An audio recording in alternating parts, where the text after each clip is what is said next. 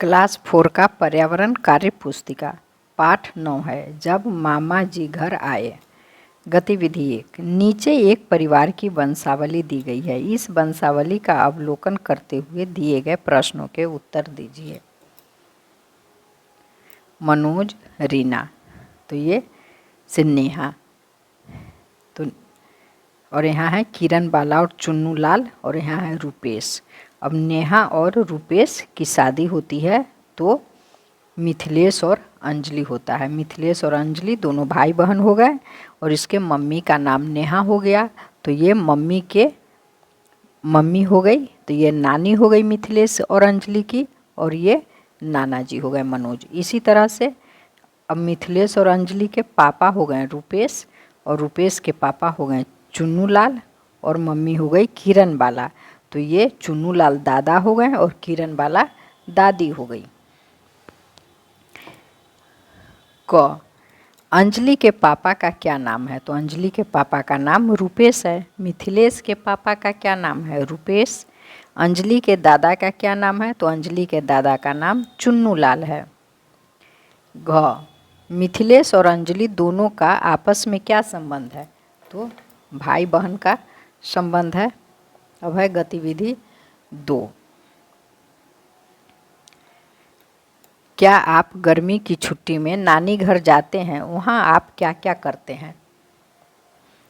तो हाँ, मैं गर्मी की छुट्टी में नानी घर जाता हूँ।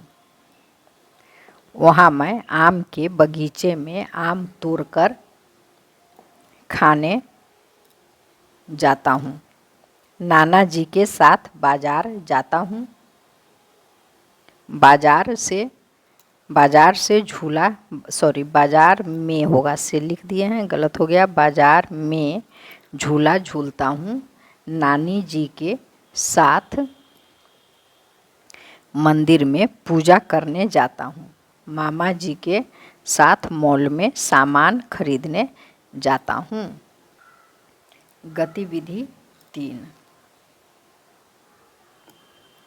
मदन एक चित्र की ओर इशारा करते हुए कहता है कि वह मेरे माता के पिता का इकलौता पोता है। अब बताइए कि मदन का दिए गए चित्र वाले लड़के से क्या संबंध है? तो लिखेंगे मदन चित्र वाले लड़के का फुफेरा भाई है। ख चित्र वाला लड़का मदन की माँ को क्या कहेगा? तो चित्र वाला लड़का मदन की माँ को बुआ कहेगा।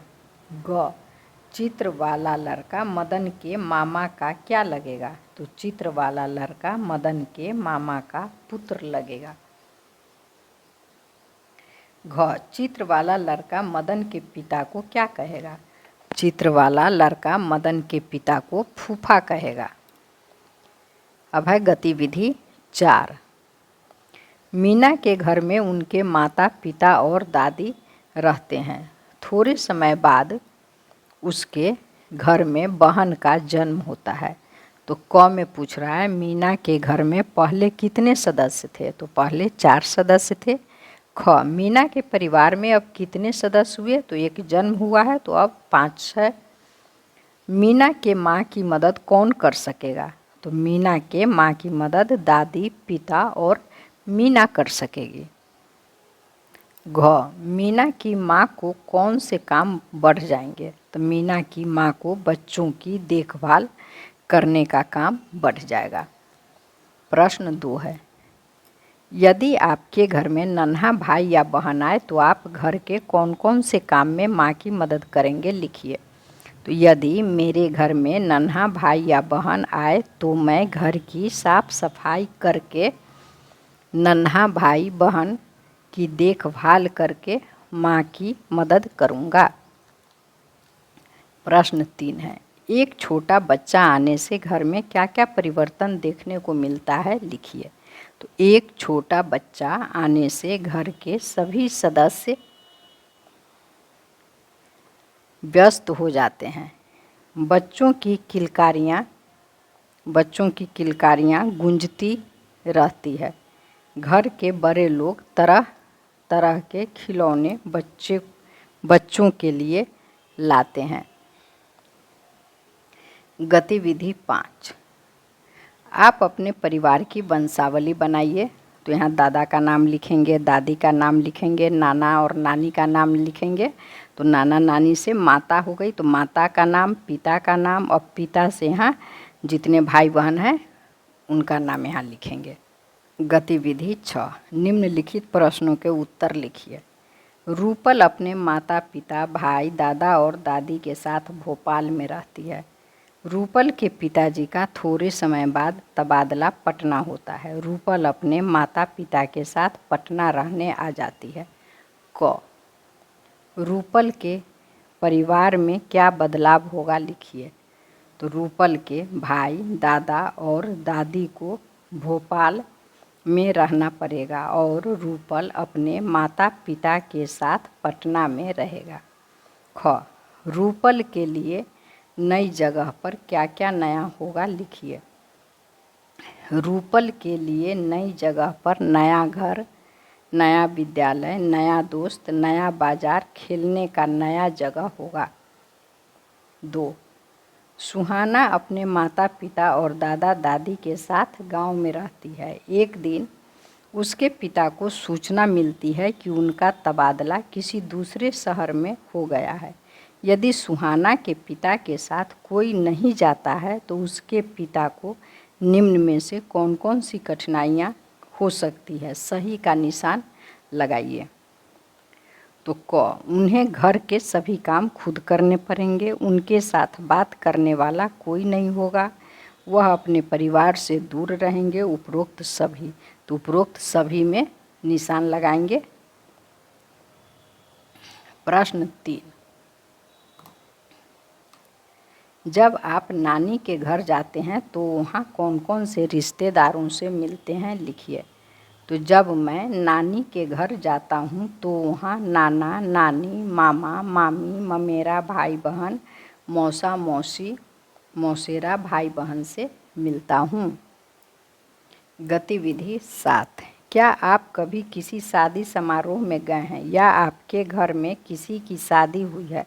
उन शादी समारोहों का वर्णन नीचे दिए गए बिंदुओं के आधार पर कीजिए, जैसे खाना, पहनावा, सजावट आदि। तो लिखेंगे हाँ, मैं अपने मामा के शादी समारोह में गए थे, नहीं होगा यहाँ, गया